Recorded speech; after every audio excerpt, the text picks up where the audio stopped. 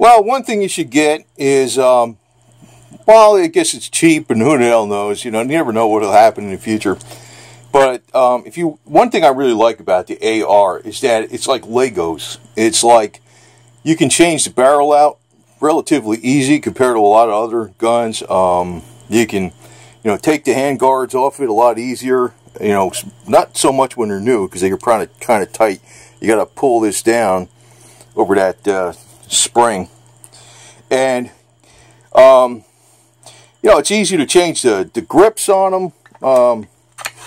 It comes in a bunch of different calibers, right? You can get the standard 223 or 5.56 caliber 223, or the 7.62, either the 300 blackout, which is 7.62, or the 7.662 by 39 millimeter, or 6.5 Grendel, or the 6.8 special purpose the SPC. There's even a 25 sharps. There's a lot of stuff you get for this thing. It's very versatile, but it's cool because it's like Legos and it's really easy to change the barrel. Now, I got the kit that does the upper. It holds the upper in place and also the lower. Actually, you don't need this thing for the lower. All it is like a fake magazine. You put it in there, and if you're working on the lower, you can clamp this in a vise, this plastic thing, and it holds the lower in place. But when I actually assemble parts on a lower, since you could drop some part pretty easily, or these little springs and pins, what I do is I put it in a white plastic bin, a large one, with the walls about this high on it, from here to here. So if I drop something or something goes bing, it goes inside that plastic bin, and it's a white plastic bin. I can see the parts because it's usually black, right? I think in the future I'm going to paint the rifles just a gray, gray color. Get away from the black. But, and not that Magpul Dark Earth. But if you assemble, if you have to, I'm not into assembling the uppers, but at one point in time I'm going to need to change a barrel. And you got the barrel nut down here. You just got to pull the magazine guards off. Now with this one, you'd have to take the gas tube out. Well, you don't have to do it with the other ones, but you'd also have to knock the pins out the front sight to take the gas tube out to unsecure the barrel nut. But you got this armorer's tool, and this is the thing that grabs that. See the way this is, and see the way those jagged teeth are on there. They fit on there, and you can unscrew it. Then when you put a new barrel on, you put your torque wrench in there. That's a 1/2 inch drive, and you do it to 30 foot-pounds, and you keep going to the next notch where the gas tube, you can barely see it, that silver thing way down in there,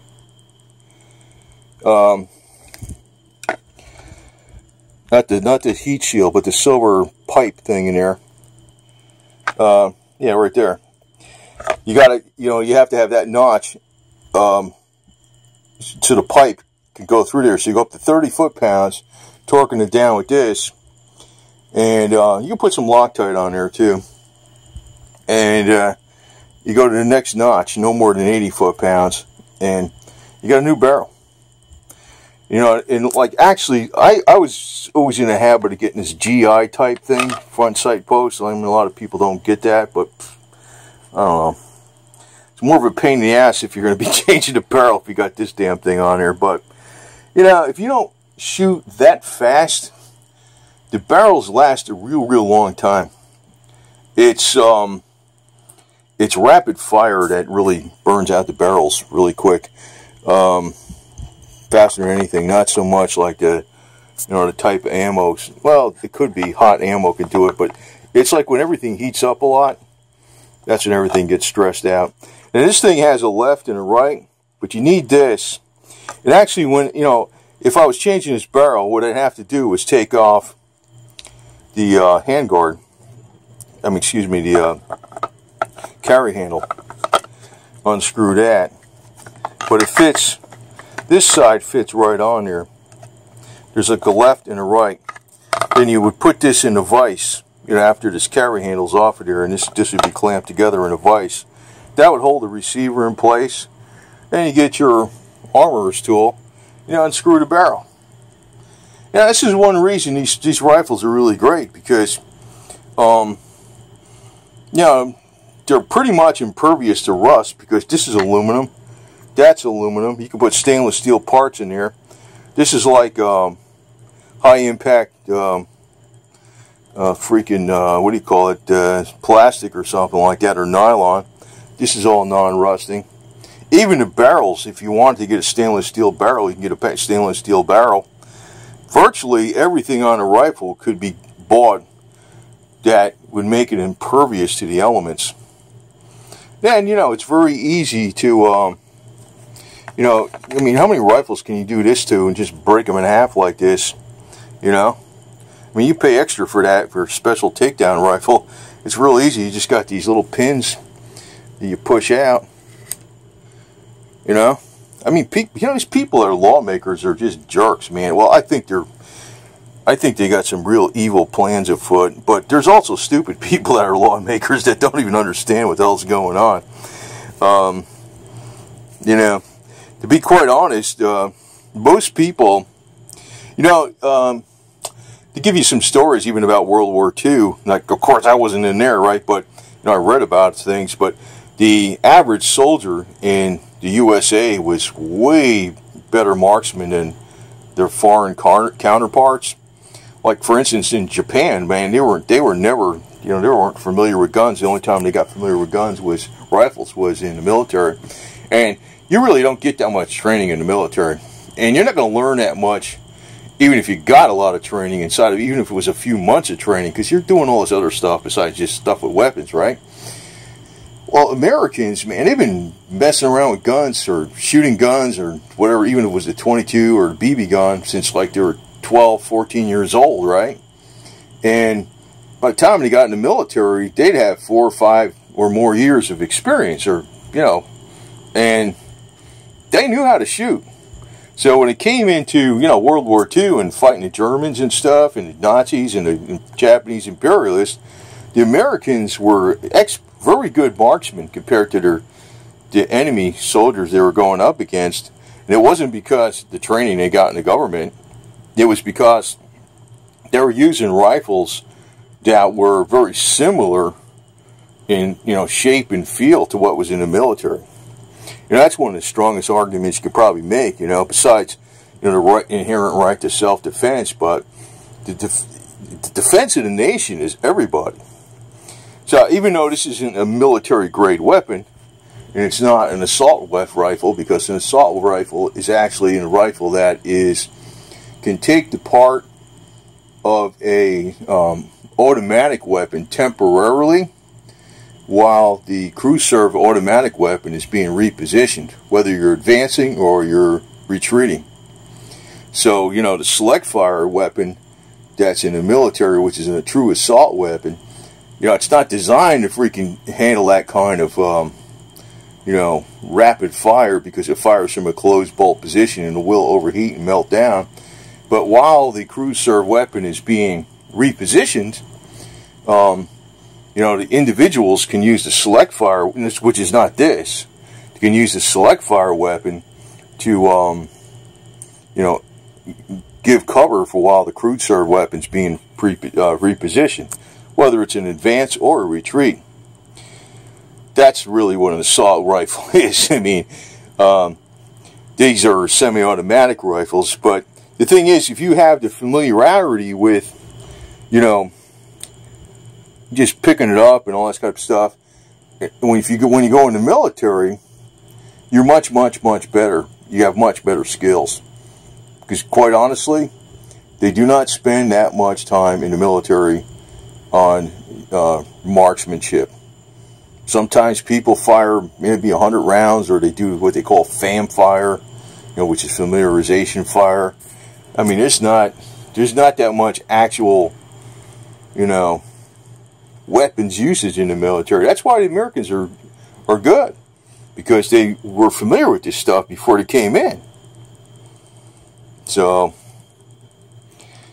you know, I think there's evil afoot in the government, but then there's also stupid people that don't know a damn thing about anything. And, you know, but I do like this weapon because, and you know, maybe it should be a different color.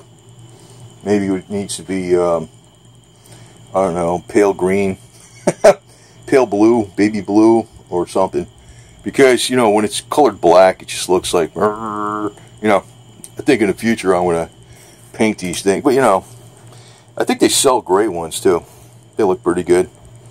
I don't like the brown ones too much. You know, Magpul, Dark Earth, whatever the hell it is. Looks like somebody pooped on the rifle or something. But I really don't give a crap. The black rifles are good, too, though, because they don't show dirt. And that's another thing I like about these rifles, because you know the rifles they had with, you know, rifles with the bluing on them, and they got the perfect dark bluing, and they got the walnut and all this kind of crap, and they got, you know, it's all shiny, and you're afraid to freaking take it out in the woods because you might scratch it. This thing, you know, you know, if you scratch it up or something, see if you scratch it up really bad, you just get some of your Duracoat spray can 2-part epoxy, chemically clean it, spray it down. It's good as new again. That's all you got to do. So, but I would recommend getting some of these tools. I mean, they're cheap. I think it was like $30 for this plastic stuff that holds the upper receiver. There's like a left half and a right half, but you can't have the carry handle on it when you're doing that. But you need that tool for taking off the barrel, because you got to have a way to hold the upper receiver while you're using this tool, and you need this tool to get, well, there's always a way to get around it. I'm sure you can get around it with a pair of channel locks too, but you know, if you want to use the torque wrench and get it on there right, use the tool. You don't really need this thing, but I got it in there because it was only like $5 more.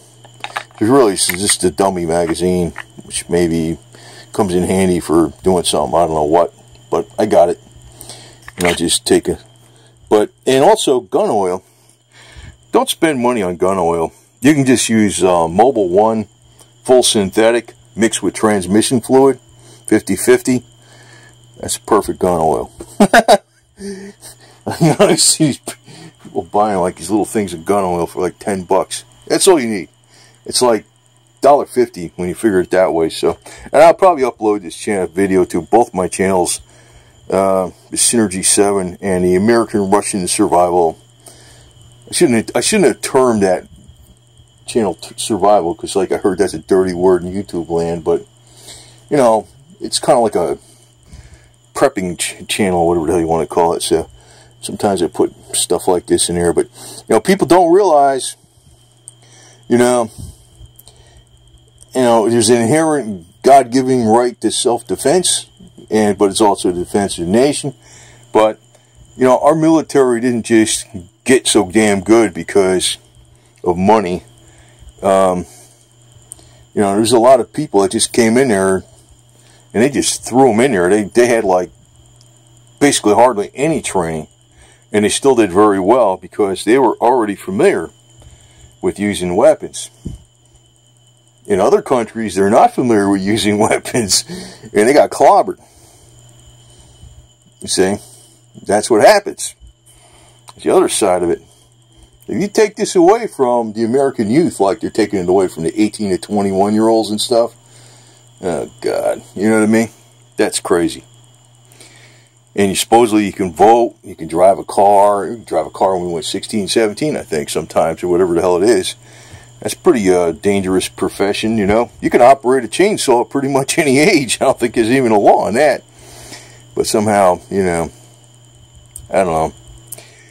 These lawmakers are, I know some of them are evil, but there's other ones that are just plain stupid. Or they're just going along with, you know, what they think the major media is, or the flow, which way the wind is blowing. But the population doesn't really want these crazy laws they're making. So, but I would tell you to get the things now while you can.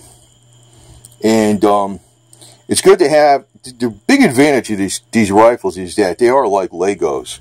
They're like easy to fix. They don't just fire one caliber.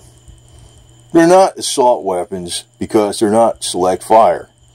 You know, there's a whole other thing with assault. You know, when a select fire is, you use this, you know, theoretically, you use a select fire in the assault, or when you're trying to reposition the crew serve weapon and the crew serve weapon is down, you're putting covering fire.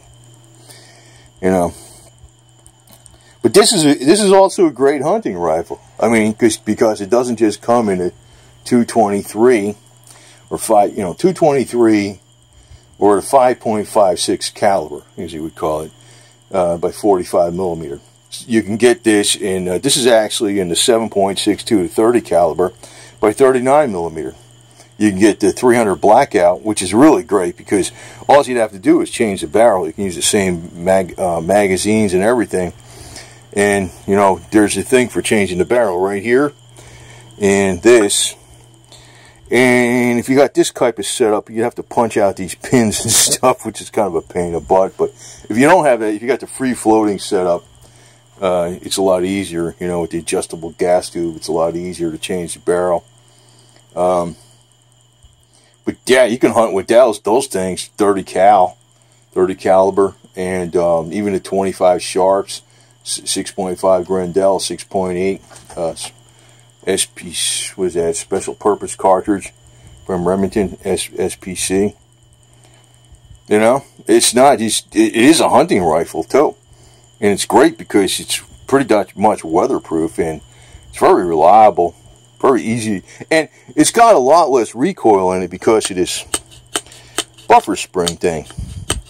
You know, it just doesn't, it's got less felt recoil. This thing's got less recoil than the old World War II M2 or M1 carbine. You know, I think it's M1 carbine, that's what it was called. So, you know, I don't know, but I know there's a catch of politicians that are just plain evil, but then there's other ones that are just going along, what they think is going to get them, you know, in good favor with the money powers, and there's another catch out there just plain stupid. they don't do, they have never done any of this stuff. They've just been in government their whole life, you know. That's why, you know, if you look at the way the politicians were over the decades, there's far less veterans that are congressmen than there used to be back in, say, 1960. You know, if the Congress was full of veterans, you know, the opinion on the guns would be probably far different. Even our president, Trump, which I'm, you know, I don't like the crazy witch from Arkansas, but Hillary, but Trump, I'm not really a fan of that guy. I think he's just in with the big boys, and he ain't protecting our rights. He's no veteran either. He just went to some New York military academy. Now, you talk about JFK, John F. Kennedy, that was a veteran. PT 109, right? So, even H.W. Bush was a veteran, for crying out loud, and Reagan was a veteran. But, you know, recent years, not really. Not really.